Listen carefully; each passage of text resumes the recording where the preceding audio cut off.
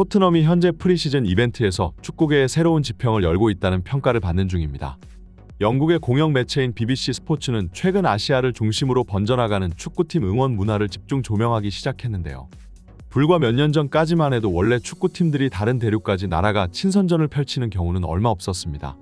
왜냐하면 장거리 이동으로 선수들의 몸만 상하는 데다 돈도 별로 되지 않아 구단에게 크게 이익으로 돌아오는 경우가 별로 없었기 때문이죠. 그러나 2010년대 후반부터 아시아 팬들의 축구 관심도가 기하급수적으로 늘어나기 시작했는데요. 그전에도 물론 아시아 지역에서 축구가 인기가 없던 것은 아니었습니다. 하지만 오히려 축구 열기는 유럽이나 남미가 더 뜨거웠죠. 아시아에서도 돈을 써가면서까지 열광적으로 축구팀을 응원하는 아시아 국가는 인도나 중국들 뿐이라 자신의 지역팀이 아니면 인정하지 않는 오만하고 거만한 가치관을 가진 현지 영국 팬들은 아시아에서 큰 팬층을 가지고 있는 맨유 같은 팀을 향해 맨유 해외 팬덤의 80%는 중국인, 인도인, 중동인으로 이루어졌다면서 조롱하기도 했었죠. 하지만 이제 유럽 축구계에서 구단을 운영하는 데 있어 아시아는 절대로 무시할 수 없는 지역이 되었습니다. 오히려 현재는 유럽 현지보다 더욱 세심하게 주의를 기울여서 신경 써야 하는 거대한 축구 시장이 되었죠. 중국과 인도의 인구수만 합쳐서 28억입니다. 여기에 한국과 일본 팬들의 유럽 축구 관심도는 더욱 높아져 가고 있는 상황인데요. 게다가 동아시아 지역에는 세계 강대국 위치에서 탑10에 들어가는 한, 중, 1세계의 국가가 밀집하여 있으니 유럽 축구 구단들은 아시아 투어를 돌 때 이보다 더 편하게 이동 일정을 짤 수가 없죠. 최근 한국과 일본은 빅클럽들이 반드시 한 번씩은 꼭 들리고 가는 나라가 되었습니다. 여기에 낙수 효과를 받아 동남아 국가들도 최근에는 해외 클럽들을 초청하고 있죠.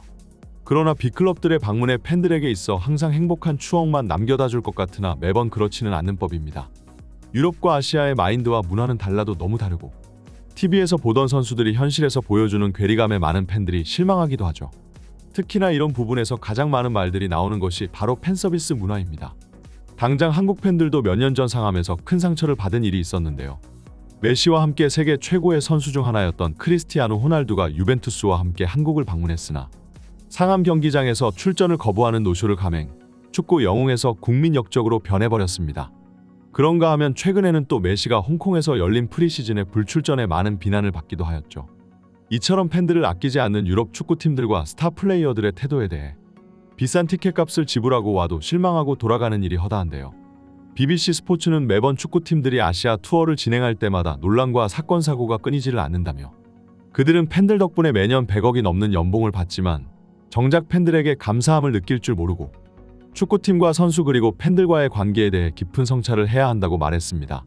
하지만 이와 동시에 가장 모범이 되는 팀과 선수로 토트넘과 손흥민을 뽑았는데요. 토트넘은 진정성 있는 팬서비스 문화로 현재 전 세계 축구 팬들을 사로잡으며 해외 팬층 확보에 가장 앞서 나가는 팀으로 평가받고 있죠. 토트넘이 이렇게 겸손한 자세로 팬들에게 다가가는 이유는 기본적으로 토트넘이 유럽 축구계에서 낮은 위치에 속해 있는 팀이기 때문입니다. 물론 다른 중위권과 강등권 클럽들에 비하면 빅클럽이지만 아시아까지 해외 출장을 다닐 정도의 유명 클럽들 중에서는 역사도 부족하고 규모도 작은 클럽이라 할 수 있죠. 하지만 오히려 그런 클럽이기에 토트넘은 해외 팬 한 명 한 명에게 정성을 쏟을 수 있는 것인데요. 일본에서 열린 프리시즌에서 목격한 팬들의 열광적 분위기에 토트넘 선수단은 물론 외신들까지 깜짝 놀랐을 정도이죠. 일본처럼 조용한 나라에서 저렇게 열성적인 응원을 보여주리라고는 상상하지 못했으니까요. 그들은 마치 유럽 현지 훌리건들처럼 지하철에서부터 노래를 부르며 경기장으로 들어왔고 경기가 진행되는 내내 토트넘의 응원가를 부르며 손흥민의 찰칵 세레머니를 흉내내기도 했습니다. 이전에도 일본에는 다른 빅클럽들이 방문했었지만 이 정도의 분위기를 느껴보지는 못했다고 하죠. 결국 일본 팬들이 이렇게 열정적이었던 이유는 토트넘 선수단의 팬서비스에 감동받았기 때문이라 합니다. 특히나 손흥민의 깍듯한 자세, 오히려 내가 연예인이 된 것 같고 마치 손흥민이 사인을 받는 팬처럼 보였다는 반응까지 나올 정도인데요. 원래 따로 팬서비스를 위한 일정을 만들지 않는 이상 보통 대부분의 선수들은 팬들을 지나쳐 방으로 돌아가기 마련입니다. 손을 한번 흔들어주거나 고개를 까딱거려주기나 하면 다행일 정도이죠. 그러나 손흥민 선수는 첫 번째 줄부터 마지막 줄까지 그 수많은 팬들에게 일일이 사인을 해주면서 들어갔는데요. 가장 먼저 버스에 내렸지만 팬서비스를 해주느라 경기장에는 가장 늦게 입장한 선수가 되어버렸을 정도이죠. 심지어 이러한 손흥민의 행동은 토트넘 선수단마저 감화시키는 지경에 이르렀습니다. 토트넘에서 히샬리송이나 포로, 사르 같은 선수들은 기본적으로 팬서비스가 좋지만 아닌 선수들도 많습니다. 특히나 메디슨 같은 경우는 영국 현지에서도 거만하고 뻣뻣한 태도로 많은 비난을 받았던 인물이죠. 하지만 이번 아시아 투어에서 매디슨은 굉장히 열성적으로 팬들과 소통하려는 모습을 보여주었는데요. 게다가 이제야 토트넘 1군에 갓 데뷔한 신입생들도 공항에 들어설 때부터 떠날 때까지 웃음을 잃지 않으며 팬들에게 일일이 사인을 해줬을 정도이니 손흥민 선수의 작은 행동이 토트넘 선수단의 문화, 나아가 유럽 구단들의 팬서비스 문화를 바꾸고 있다고 볼 수 있는데요. 토트넘의 일본 트위터 팔로워 수는 이번 프리시즌 방문 폭발적인 인기로 인해 어느덧 15만 명을 넘어섰는데요.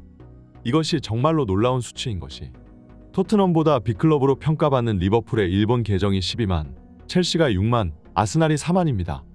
유럽이라면 몰라도 아시아 지역은 토트넘이 꽉 잡고 있다고 볼 수 있죠. 게다가 날이 갈수록 스포츠 쪽에서 여성 팬들의 참여 비율이 높아지면서 그만큼 여성 팬 문화가 강세를 보이고 있는데 토트넘은 특히나 여성 팬의 비율이 가장 높은 구단입니다. 원래도 손흥민 덕분에 관중석 쪽에서 토트넘 유니폼을 입은 여성 팬들의 모습을 쉽게 구경할 수 있었지만 최근에는 또 토트넘의 훈훈한 기운을 풍기는 미남 선수들이 대거 입단하자 이제는 완전히 아이돌 클럽이 되어버렸죠. 반더벤과 비카리오는 큰 키와 잘생긴 얼굴로 유럽 현지에서도 인기가 많았습니다. 그리고 최근에는 또 토트넘에 출중한 외모를 가진 미소년 신입생 선수들이 들어오며 여성 팬들은 더욱 폭증했죠. 루카스 베리발과 아치 그레이는 기본적으로 재능도 뛰어나지만 외모로 인해 더욱 주목받는 유망주들이죠. 특히나 루카스 베리발은 영국 현지에서도 마치 영화배우 같다. 이 선수가 재능만 만개하면 데이비드 베컴 같은 슈퍼스타가 될 것이라며 잠재적인 상업성을 높게 평가받기도 했습니다. 아직 토트넘에서 공식 프로 경기에 단 한 번도 출전하지 않은 선수인데 그럼에도 불구하고 이번 한국 입국 현장에서는 루카스 베리발의 유니폼을 입고 온 여성 팬들까지 보일 정도입니다. 참 재미있게도 토트넘은 갈수록 성적이 떨어지고 있는데 오히려 돈은 더 잘 벌어오고 있는 상황인 건데요. 이번 프리시즌 일본과 한국에서 연속으로 이어지는 아시아 투어로 인해 벌써 6천만 파운드 이상의 수익을 올렸다 하죠. 이쯤 되면 토트넘은 축구 구단이 아니라 그냥 연예인 기획사가 아니냐는 소리까지 나올 정도입니다. 물론 이것을 보고 여전히 축구는 못하는데 인기만 많아서는 무슨 의미가 있느냐는 말도 나오기는 합니다. 하지만 반대로 생각해보면 이제 여기서 성적만 내기 시작한다면 토트넘은 상업성도 동시에 진인 유럽 최고의 메가클럽으로 도약할 수 있는 것인데요.